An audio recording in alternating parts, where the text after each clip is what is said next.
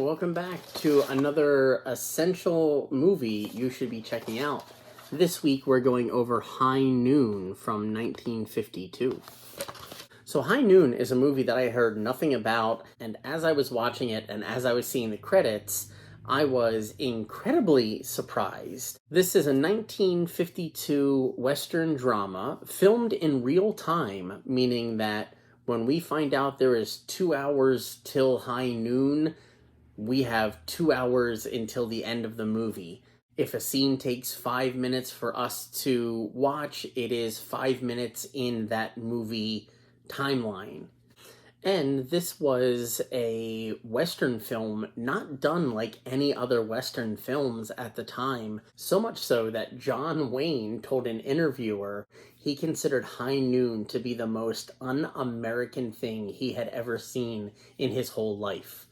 Which raises a lot of questions and maybe a lot of red flags, too. A couple of the faces that might seem familiar in this movie to you are Gary Cooper, Grace Kelly, Lloyd Bridges, which really caught me off guard because I didn't think it was possible for him to be in a movie with Lon Chaney Jr., which when I saw this pop up very much caught my attention.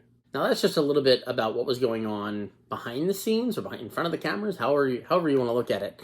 Let me tell you what's actually happening on screen as we watch this film. It starts off in a small town in the New Mexico territory where Marshal Will Kane just married Amy Fowler, a pacifist Quaker who is very against violence, which makes her marrying a marshal kind of a weird choice. But let's just forget that for now. Kane is getting ready to retire from being a marshal, leave town, go on his honeymoon with his new bride, and open up a store somewhere else to relax and enjoy the rest of his days. Right before they're ready to head out, they get news that Frank Miller, who is a very, very bad guy, a very vicious outlaw that Kane had put away many years before, was just released and on his way back to the town to seek revenge. All of the townspeople try to convince Kane to get out of town and avoid all of this at all costs. Even his wife had said that we should just get up and go. But feeling obligated to his post, Kane decides to stay and deal with this himself. One of the issues, though, is nobody wants to join the posse with Kane to fight these bad guys. Knowing full well that there are 3 guys at the train station waiting for Miller to get there, the town is going to be up against at least 4 bad guys, which doesn't really sound that bad. But when nobody is joining the team to fight them, 4 against 1 are not the odds that you would want to be the underdog in.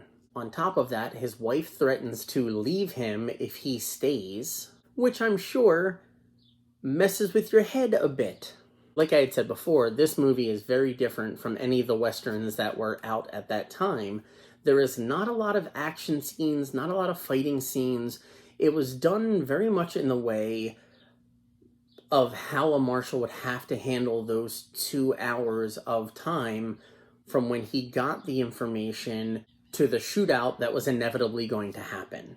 There's a lot of talking, there's a lot of trying to convince people to join the fight and help. And I don't think I've ever seen a Western that was done like that, even in more recent times.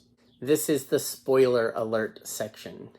From here on out, there will be spoilers towards the end of the movie. I try to avoid doing these, but in this movie in particular, I think it's kind of important. So with that being said, if you want to skip this but still want to see the scratching at the end, you can skip ahead a couple of minutes and get to the scratching part of this.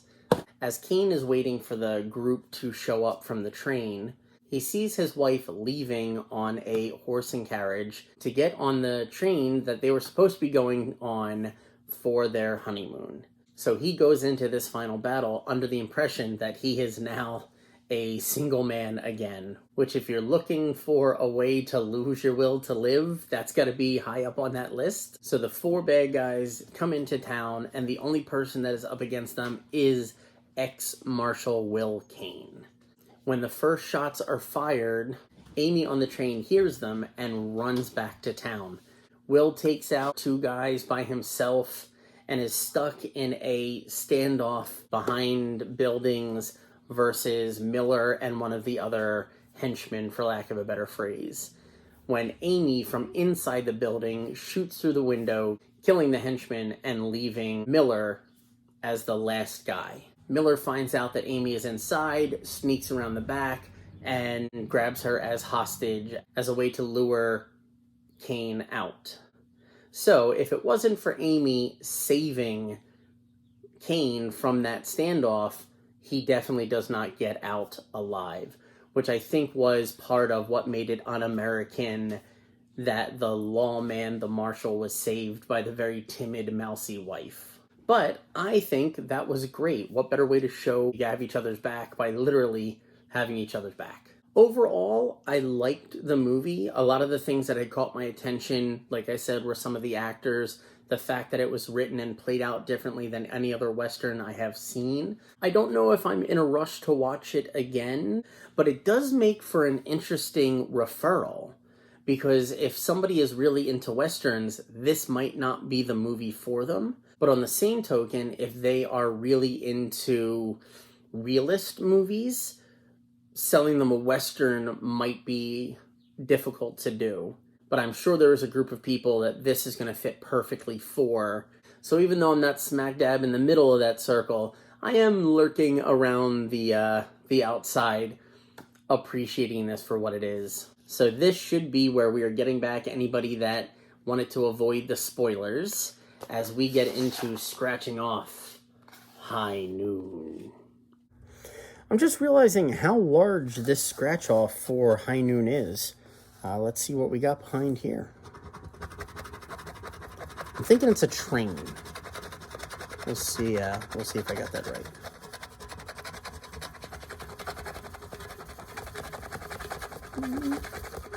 Is that possibly a train? Might be a building, I might be wrong.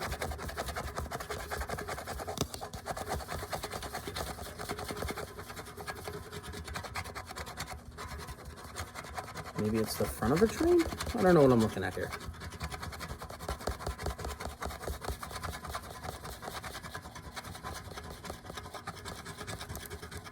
Is that a clock? Yeah, that would make sense.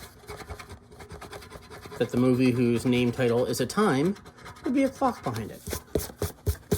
So, we have here High Noon behind the High Noon tin star. There you go.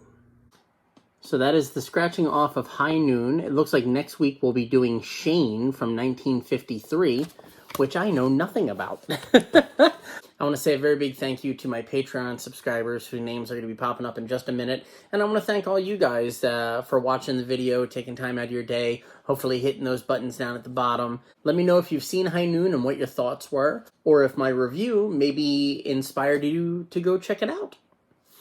Until then, I will catch you next Tuesday. I love you all. Later days.